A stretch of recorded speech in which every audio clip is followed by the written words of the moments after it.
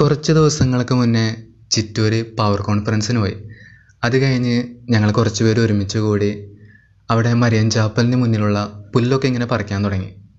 ചില പുല്ലൊക്കെ ഇങ്ങനെ പടർന്ന് പന്തലിച്ചിട്ടുണ്ട്, പക്ഷെ അതിന് ആഴത്തിൽ വേരില്ല. പറിച്ചാൽ പെട്ടെന്ന് ഇങ്ങ് പോരും. എല്ലാവർക്കും പറിക്കാൻ എളുപ്പമുള്ളത് അങ്ങനത്തെ പുല്ലാണ്. പക്ഷേ ചില പുല്ല് ഞങ്ങൾ ഒത്തിരി പേര് ഒരുമിച്ച് കൂടി പറിച്ചിട്ടും വേറെ പാടെ ഇങ്ങ് പോരുന്നുണ്ടായിരുന്നില്ല. അത്രയും ആഴത്തിൽ അതിന് വേര് പോയിരുന്നു.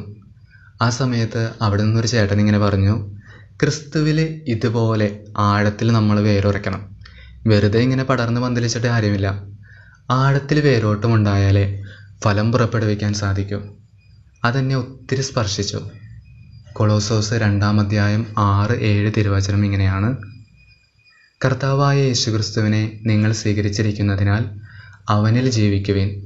അവനിൽ വേരുറപ്പിക്കപ്പെട്ടും പണിതുയർത്തപ്പെട്ടും നിങ്ങൾ സ്വീകരിച്ച വിശ്വാസത്തിൽ ദൃഢത പ്രാപിച്ചുകൊണ്ട് അനർഗളമായ കൃതജ്ഞതാ പ്രകാശനത്തിൽ മുഴുകുവിൻ. മൂന്നാറിലേക്കൊക്കെ യാത്ര ചെയ്താൽ വലിയ യൂക്കാലി മരങ്ങൾ നമുക്ക് കാണുവാൻ സാധിക്കും. ഒത്തിരി പൊക്കം വെച്ച് നിൽക്കുന്ന ഈ മരങ്ങൾ നല്ല ഭംഗിയല്ലേ?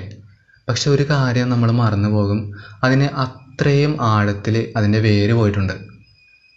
ഭൂമിയുടെ അടിയിൽ നിന്ന് ജലഗണങ്ങളെ സ്വീകരിച്ച് അങ്ങ് അറ്റം വരെയുള്ള ശിഖരങ്ങളിലേക്ക് അത് എത്തിക്കുന്നു. ഇതുപോലെ നമ്മളും ഈശോയിൽ നിന്ന് അനുദിനം കൃപയ്ക്കുമേൽ കൃപ സ്വീകരിച്ചുകൊണ്ട് നമ്മളായിരിക്കുന്ന ഇടങ്ങളിലേക്ക് ആ ചൈതന്യം പ്രതിഫലിപ്പിക്കാൻ സാധിക്കട്ടെ എന്ന് ആത്മാർത്ഥമായി പ്രാർത്ഥിക്കാം. അതിനായിട്ട് പരിശ്രമിക്കാം.